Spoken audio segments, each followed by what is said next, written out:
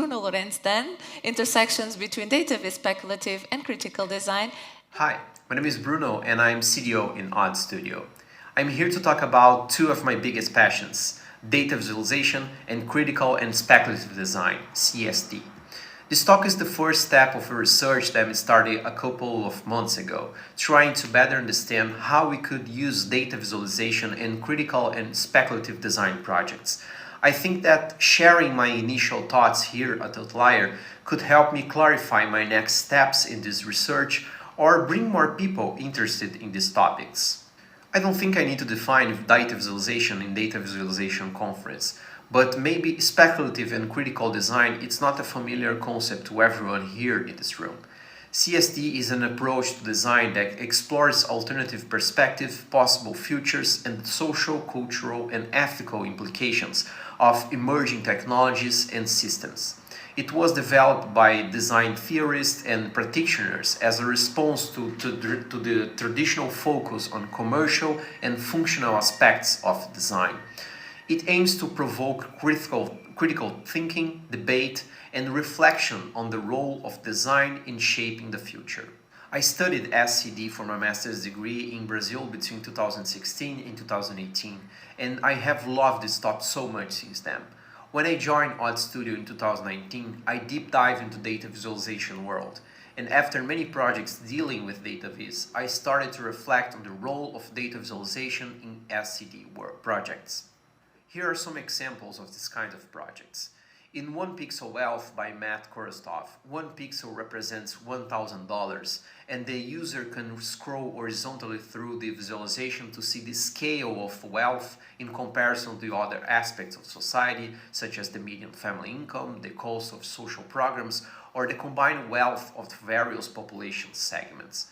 The project highlights the staggering disparity between the ultra-wealthy and the rest of the population, providing a striking and easily understandable representation of the wealth gap. Speculative Sea-Level Explorer by Benedict Gross allows users to explore future scenarios by adjusting sea level rise projections, enabling them to see the potential consequences for cities worldwide.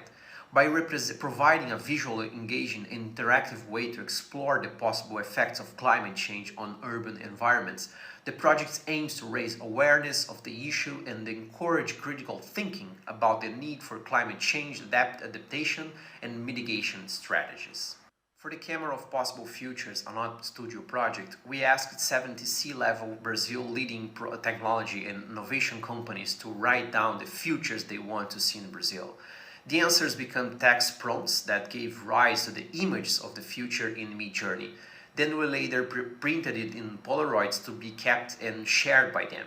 Finally, we analyzed all the prompts and created a data visualization to summarize the values and main topics that emerged from all the feature visions.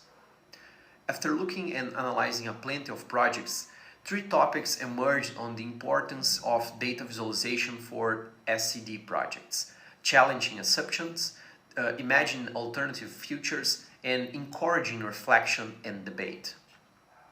Challenging assumptions like One Pixel Wealth. Data visualization can be used to challenge conventional thinking by illustrating unexpected patterns, trends, or relationships in data. This can provoke critical thinking and reflection on the underlying values and norms that shape our understanding of a given topic. Imagining alternative futures like Speculative Sea-Level Explorer, data visualizations can help create speculative scenarios by projecting trends, exploring hypothetical situations, or envisioning the implications of certain technological advancements. These visualizations can help audiences imagine different possibilities and engage in discussions about preferable or undesirable futures. Encouraging reflection and debate like the Camera of Possible Futures, data visualization can be used as a tool for critique and reflection in speculative projects. By presenting data in a provocative way, designers can invite viewers to question their assumptions and consider alternative perspectives. This is the first step in reflecting on these two topics' intersections. Let me know if it resonates with you and your impressions about it. See ya!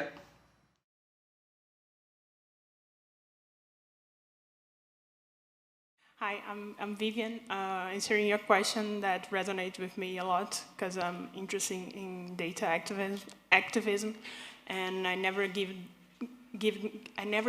this name of like thinking about the future, how things can be as speculative design. So it's a good name like for researching. And about the project, since you are a part of a company. Because I do data activism more like personal projects, and how does companies approach you to make something like this? Is an initiative of the company, of your company, or some other people? How does it, basically, because it's difficult to do data activism and earning money from that. So yeah. The question is basically that. Thank you. Thank you for the question. In fact, the last project that I showed here was, we participate in this event and we propose that I don't know, activity to the organizer of the event. So they didn't know that we came with that kind of project.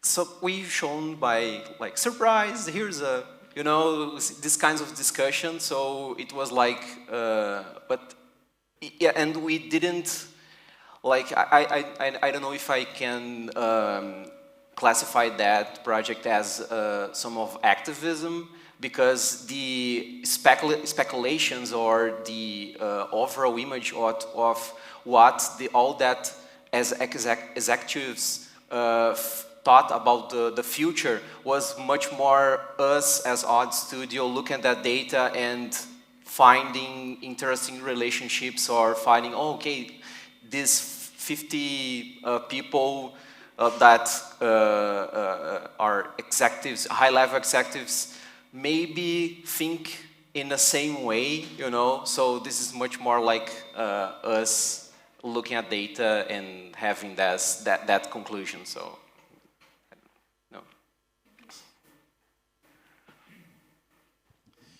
Hi, Bruno. Just another question. Again, to Vivian's point, thank you for putting a name to a thing that I couldn't quite grab hold of before now. I'm kind of interested about the response that these methods have with the kind of hard-to-reach group, the sort of cynics, the climate change deniers. Do these methods still reach those people, or does it have an impact on the people who are most likely to be convinced anyway that this is a... Again, if we take the example of climate change, there is a thing to be worried about. Does it have an impact on the cynics and the skeptics? Yeah, in fact, this is a big discussion between the practitioners and theorists in speculative and critical design. It's that sometimes these projects are like separated from the people that could be impacted by it. So this is a long discussion, and sometimes, and nowadays with the discussions about decolonialism, for example, people are, because I don't know, 90% of the knowledge or papers written in speculative and critical design was written by Europeans and the north of the world. And nowadays it's a discussion, no, the South now needs to present their futures, their visions of the future, and this is very different for what Europeans and north of the world are envisioning the world. So this is an amazing discussion. I don't know, it's hard to grasp all the impact of these projects, but sometimes when we give a raise to debate, it's a first start. Okay, we are discussing what these visions of the future could be like, and who likes it and who doesn't like it, and it's the first step to start a discussion. Well, thank you very much. Feel free to reach out to Bruno if you have further questions.